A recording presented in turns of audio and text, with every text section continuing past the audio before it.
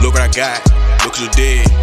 Young nigga, I told you that I'm gonna be big, and I ain't gonna stop. It's just gonna keep on happening. I'm just gonna keep on. What's going on, people? This your boy Levi, man. Yes, I am back in the building, man. Got another reaction for you guys today. Today, man, we're about to take a little deep dive in what's going on with the Poland, this war against Russia. It looks like, man.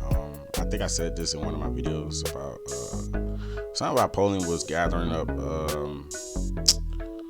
I guess soldiers and like guns and like tanks and all this stuff that I was hearing. But this video right here is probably gonna give a clear indication of what's going on, I guess.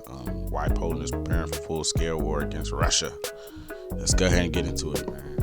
There's a new military superpower dawning on the European continent, and no, it's not France, Germany, or even Britain. Poland has decided it's done messing around, and it's arming itself to the teeth. But why is Poland apparently preparing itself for World War III? Yeah. Russia's invasion of Ukraine. Y'all really think it's about to be a World War III, bro? Like, you be like, bro, for what, dog? Everybody ain't getting money? Has served as an alarm bell for a Europe that for 3 decades was content to let the United States do all its military heavy lifting, while naturally complaining endlessly about U.S. militarization. However, the explosion of war in its backyard has snapped European powers out of their comfortable post-Cold War victory naps, and suddenly the continent has remembered there's a serious military threat right next door, and America is still an ocean away. Forget the baguettes and berets, it's time to start buying guns again. But Europe... Bro, is that why y'all was... Bro, somebody in the comment section was mad. I think it was on the We Love Poland. It was a reaction video. It was just a lot of funny stuff going on. It was just to make you laugh. It was like some comedy shit almost, right? Somebody was mad as hell, bro. I had on a Germany Adidas Mercedes outfit, bro. And they was like, you don't love Poland, your lies. Look at your outfit. You like, bro, that's the name of the title, bro. Like, you tripping off my outfit, bro? He was big mad. I'm like, dog, what?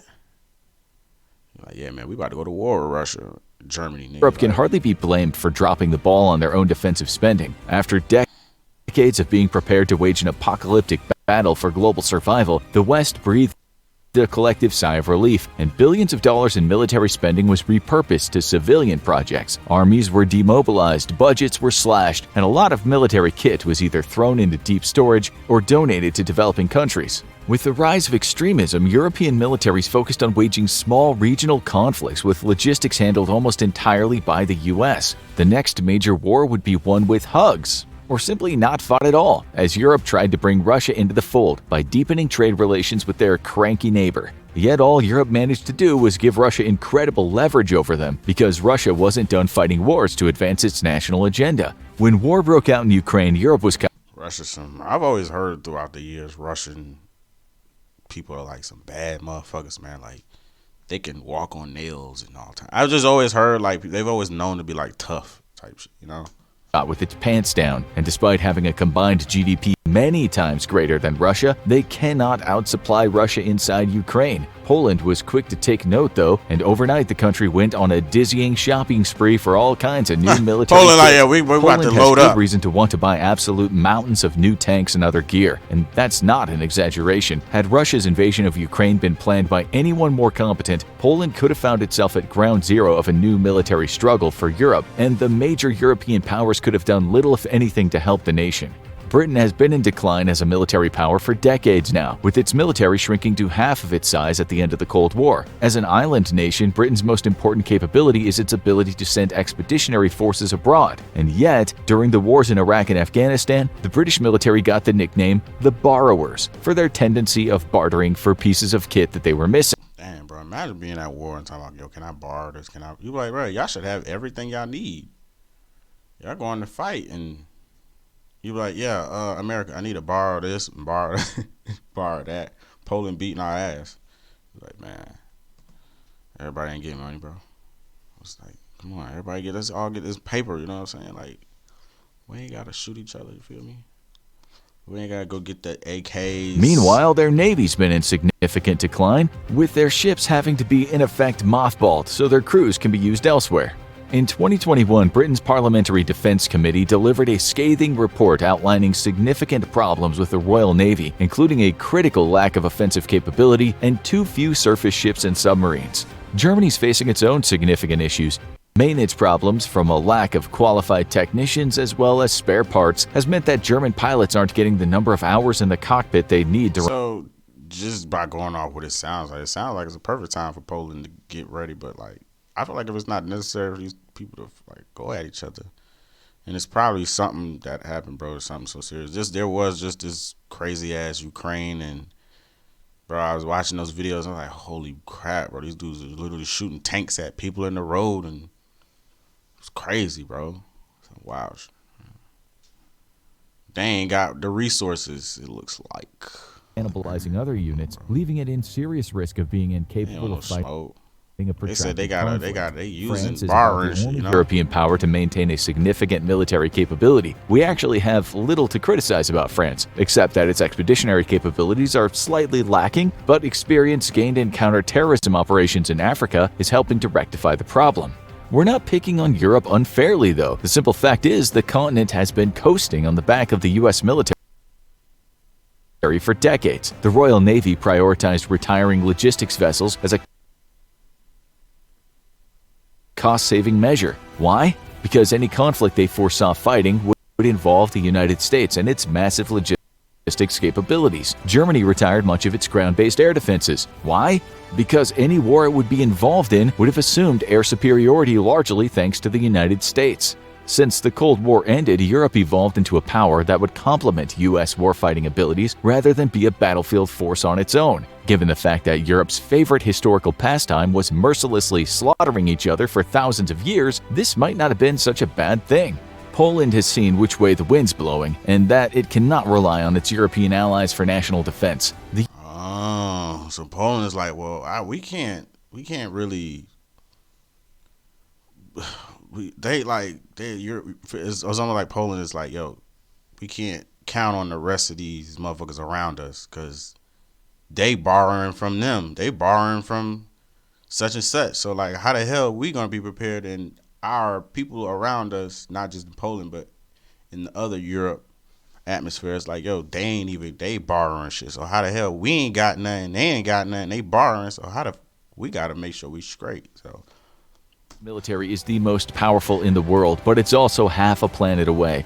And if history is anything to go by, and it absolutely is if you're Poland, then by the time the U.S. Army arrives in Europe in force, Poland would already be a battleground. Perhaps no nation in the world is as cursed as Poland, which has historically served as a convenient middle ground for major European armies to batter each other to pieces. That's because the nation has basically no defensive geographical features, allowing invaders to just casually stroll right on in at their leisure.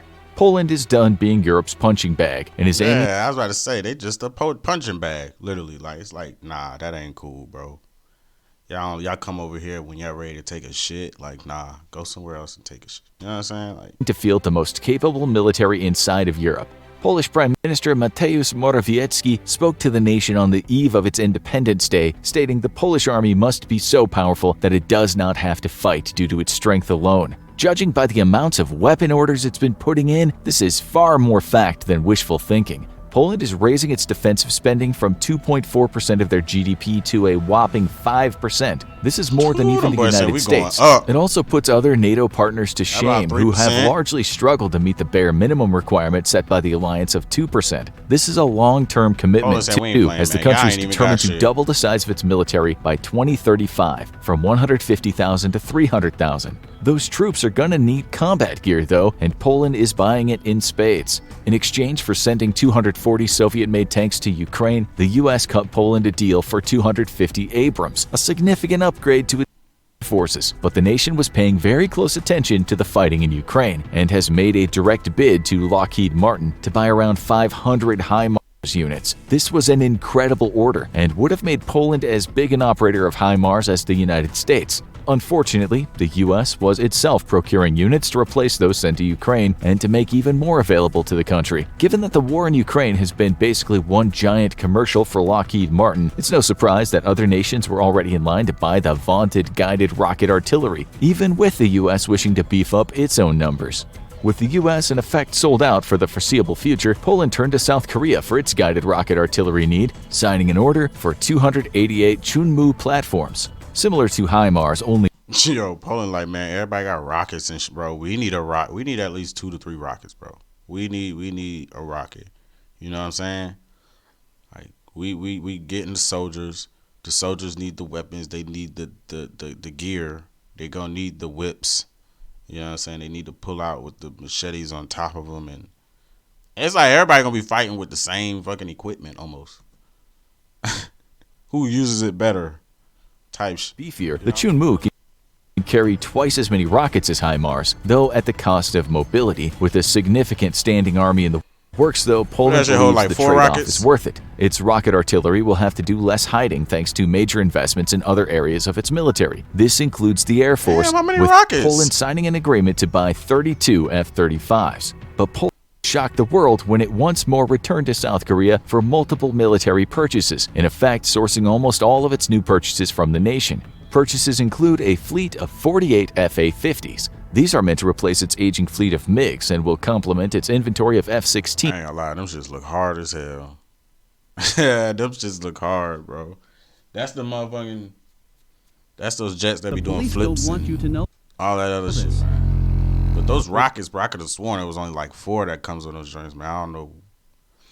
That shit was shooting out about 6, 7 of them things. Of F-16s and soon F-35s. While Poland won't have a major air force anytime soon, it's well on its way to being a significant threat to Russia should it ever make the mistake of crossing into its airspace. Beefing up its traditional tube artillery, Poland is also buying 648 K9 howitzers from South Korea. This will make Poland one of, if not the biggest artillery power in Europe, aside from Russia, they especially when coupled with its purchase of 288 Chunmoo MLRSs. By far the highest profile item on Poland's shopping list, though, and one that has really annoyed its neighbor, is the purchase of nearly 1,000 K2 main battle tanks. The K2 was originally designed by South Korea and is believed to be a highly capable modern tank. Its real capabilities are unknown, though, as the tank has never seen combat and the South Korean government isn't in a hurry to make classified data public. Most observers, however, have full confidence in the K2, though Russian defense analysts are puzzled by the design decision to not have the tank launch its crew into orbit upon taking a hit from an anti-tank missile. Bro, imagine though being at war, bro, and like you look at this tank and you be like, oh, this is the ops tank. You be like, we just need to find something to cut this damn chain shit right here, bro. They can't use this shit. Hey, that's the first thing I be thinking. Hey, we need to find some way to cut this shit. Or if we can't cut it, we need to find a way to get in and take this shit over. Or if we can't get in, we just need to cut this shit. We cut this, bro, they gonna have to order a whole new one. Hey, you gonna slow the war down. They wore down just by doing that little simple little trick. Just cut this shit. I know you probably gonna need like something crazy to cut that shit off, man. But y'all getting all these weapons, you gonna need something. Concern raised by Poland's purchase power, however, is that the K2 was specifically built for a war South Korea expected to fight on its relatively hilly terrain, a far cry from the flat European plain. How the K2 will fare here is anyone's guess, and hopefully we'll never have to find out. Poland-South Korea spending spree has made the two countries absolutely chummy, and that's something that's really annoyed the rest of Europe. Home to many great tank manufacturers, Europe is frankly puzzled at Poland's decision to purchase tanks from a nation half a world away, especially when its logistics will depend on easily disrupted supply routes that literally span the planet. But the decision makes a lot of sense if South Korea plans to break into the global arms market, and if the nation builds maintenance facilities inside of Poland itself. This will secure Poland's logistics needs and open the door to the European arms market for South Korea, a deal that benefits both sides. Germany has famously been the United States' most important European ally, but now Germany's become nothing more than a logistics hub for the American military. With the invasion of Ukraine by Russia, Poland has now become America's most important European ally. The relationship was cemented by U.S. officials commenting on that fact. Perhaps unsurprising given its proximity to Russia, Poland was the loudest voice calling for Europe to aid Ukraine and threw its doors open to Ukrainian refugees. Its airfields and transport networks were immediately made available to the U.S. and other aid flowing into Ukraine. And when a Ukrainian air defense missile landed in Poland and killed several people, the nation put the blame squarely on Russia for necessitating the launch of said missile by Ukraine in the first place. Given Poland's history and tenuous strategic position in Europe, it's no surprise that it's incredibly invested in the outcome of the war in Ukraine. What is surprising, however, is the incredible speed with which the country has moved to bolster its defenses and the willingness to work with the United States to arm Ukraine. Given its position inside of Europe and the military capabilities it'll soon field, it's easy to see why Poland will soon trump the rest of the European powers as America's most important ally in the region. What remains to be seen, however, is if the nation will go through with all of its planned purchases, especially if the war in Ukraine ends sooner than expected and the Polish population grows weary of the incredible price tags of some of these weapons. Now go check out NATO World War III plan or click this other video instead. Nah, we ain't clicking that. Hey, that was some good information on what the what's going on. Cause I was like, what are they needing all these Poland? What should they need all these weapons for? And how they buy it? It's like, okay, well, we ain't got none. And it's like, as soon as they explain it, it's like, okay, we ain't got none. Everybody else got shit. And then like Europeans over here, they borrowing shit, but we're always the last people. And then they only come over to Poland when they're ready to just shit on us or use us as their punching bag. It's like Poland is taking a stand and like, we ain't having that. And they're making moves, you know what I'm saying? Yeah, man, it's this war, man. I hope everybody. And then a lot of people done died from this Ukraine, and it's wild, bro. I ain't never thought I would be doing a video like this. It's like some. Can you say it's like politic type shit? It's war type shit. it's like politic type shit. I don't get into all of that shit, man. But this was good information to have. Y'all let me know in the comment section what you feel about it. Yeah, man. I'll see you next video. Peace.